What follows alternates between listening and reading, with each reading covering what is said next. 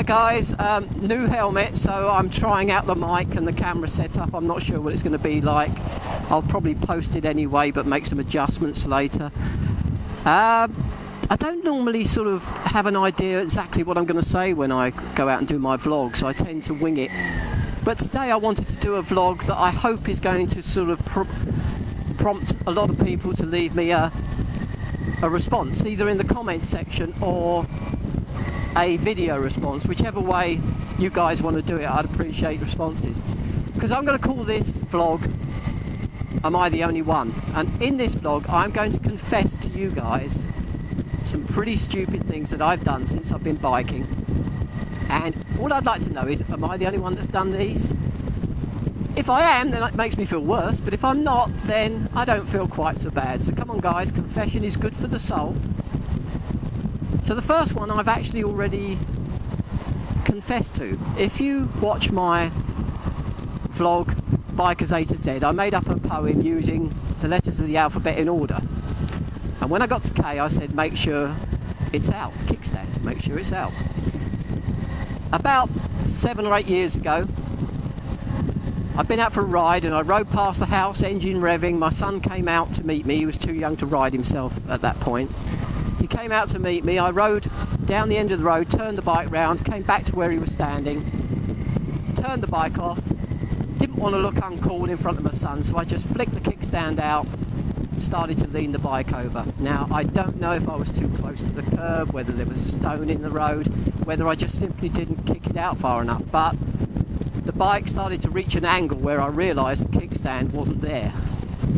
And it started to reach that angle where bikes become quite heavy, and I knew I wasn't going to be able to hold this bike up. And it was so annoying at the time because it was almost graceful the way I lay the bike down and stood away from it, a bit like a gymnast when they finish a move. It was one of those ta-da one of those sort of moments. Anyway, my son helped me pick the bike up. No major damage, no scratches. The only dent was to my pride. So, laying the bike down when you're supposed to be putting it on the stand, am I the only one? The next two things are to do with the sunny weather. Now, the first one I doubt if many of you guys have done, because it involves open face helmet. And it was when I went out on a ride out with the local Harley chapter, and beautiful sunny day, I thought I'm not wearing a full face, it's too warm. So I got an open face helmet, a pair of sunglasses, and I thought, yeah, I look cool. And off I went. Beautiful day, beautiful ride. In fact, it went on for a lot longer than it was originally planned. I got back to the house late afternoon and took my gear off, walked into the kitchen, and the family burst out laughing, and I couldn't work out why. Well, I'm quite used to being laughed at by the family, but it was a bit strange. And then I looked in the mirror. I had managed to get a bright red face and a nice white stripe across the middle of my face where my glasses had been. And I found out later, according to the guys in the Harley chapter, that this is called raccoon face. So I know I'm not the only one to have done this one, but what was embarrassing was that the next day, it was on a Sunday, and the next day I had to go to a meeting and I looked like an Apache Indian. Not a good look, but am I the only one to have got raccoon face? The next one, also to do with the sun, is that I sort of gave up wearing open face helmets and I decided to stick with full face. If it's nice and sunny, I'll put a pair of sunglasses on underneath. And this particular day, I put a pair of quite expensive sunglasses underneath the helmet, and what happened? When I stopped, I forgot I had sunglasses on. That's how good they were. You hardly knew they were there. So gloves came off, chin strap came undone, and I tried to take the helmet off while I was still wearing the sunglasses, and managed to yank them off my face, breaking them in the process. So taking the helmet off while you're still wearing sunglasses, stupid thing to do, but am I the only one to have done that? So that's that one. Next one. I was out one Sunday on a Harley Sportster I owned at the time, and the only problem with this Sportster was it had a peanut tank and the range on it wasn't very good. And I'm going along the country roads just south of Abingdon in Oxfordshire, and it started to cough and splutter. So no worries, I reached down to turn the petrol tap from main to reserve, only to realise at that moment that I'd actually already turned the petrol tap from main to reserve on my previous ride, but I was too lazy to go to the garage. I thought I'd do it on my next ride. 100 yards down the road, the bike conked out.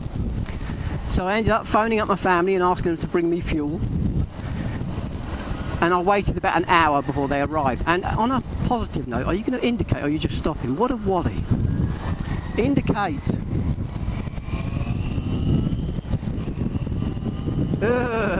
Anyway, yes, while I was waiting for my family to bring me fuel, 4 different people stopped and offered assistance.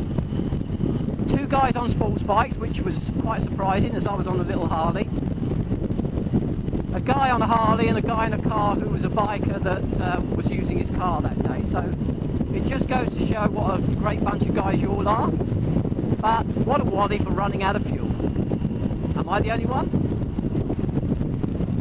Now, some bikes you buy, finding neutral on them is dead easy. Other bikes you buy, finding neutral is really difficult. And I had one such bike where once you got it in gear, finding your neutral again was a real pain. The tolerance was really tight. And I've been away for the weekend with my son, and we'd been to a bike meet where we camped and we had tents and the bikes were loaded up. And rather than go straight home, we decided to go to this cafe with a bike shop next to it where we could grab something to eat and have a look around the bike shop. We parked up outside the shop. My son, who was the learner on a 125, stuck his bike in neutral and started taking his jacket off. Me, the experienced rider, sat on his bike for the next 20 seconds trying to find neutral, and in the end I gave up and just turned the bike off, and I think you can guess what's coming. We went and had our tea, we looked around the bike shop, we got back to the bikes, jumped on my bike, put the key in without even looking, pressed the button, and of course it's in gear and it jumped forward. Again, lucky, no damage to the bike, but again just damage to my pride for being such a complete Wally. But am I the only ones who have ever done that? Left a bike in gear and forgot about it?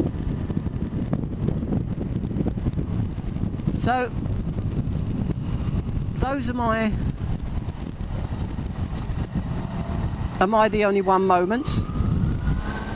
Please let me know if I am the only one to have done those stupid things, and if you've got any stories of your own, any am I the only one moments, then please let your fellow bikers know, because you may not be the only one and it will make you feel a lot better if you're not.